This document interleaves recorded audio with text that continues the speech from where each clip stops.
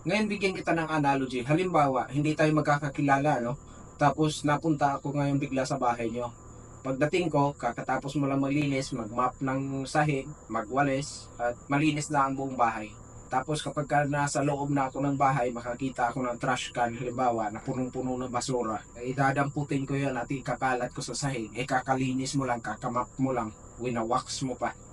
Eh, anong mararamdaman mo? Magagalit ka, syempre, hindi nga kita kilala eh. Hindi mo nga ako kilala, tapos basta ka na lang dumating dito sa bahay, tapos magkakalat ka ng basura dyan, kakalinis ko lang. Magagalit ka, syempre. Pero ang tanong ko sa iyo, bakit hinayaan mo na magkalat ang ibang taong hindi mo kakilala ng mga basura sa kaisipan mo?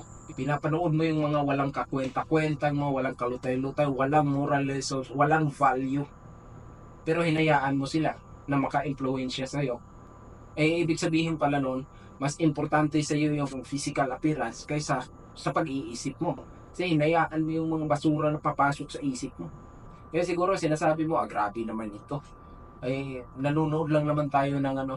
Well, magkaiba lang siguro tayo ng pag-iisip. Kasi kahit ako nga na, there were times na nanonood ako sa social media, mga videos sa YouTube. May times na ito yung gusto kong panoorin for this particular time frame.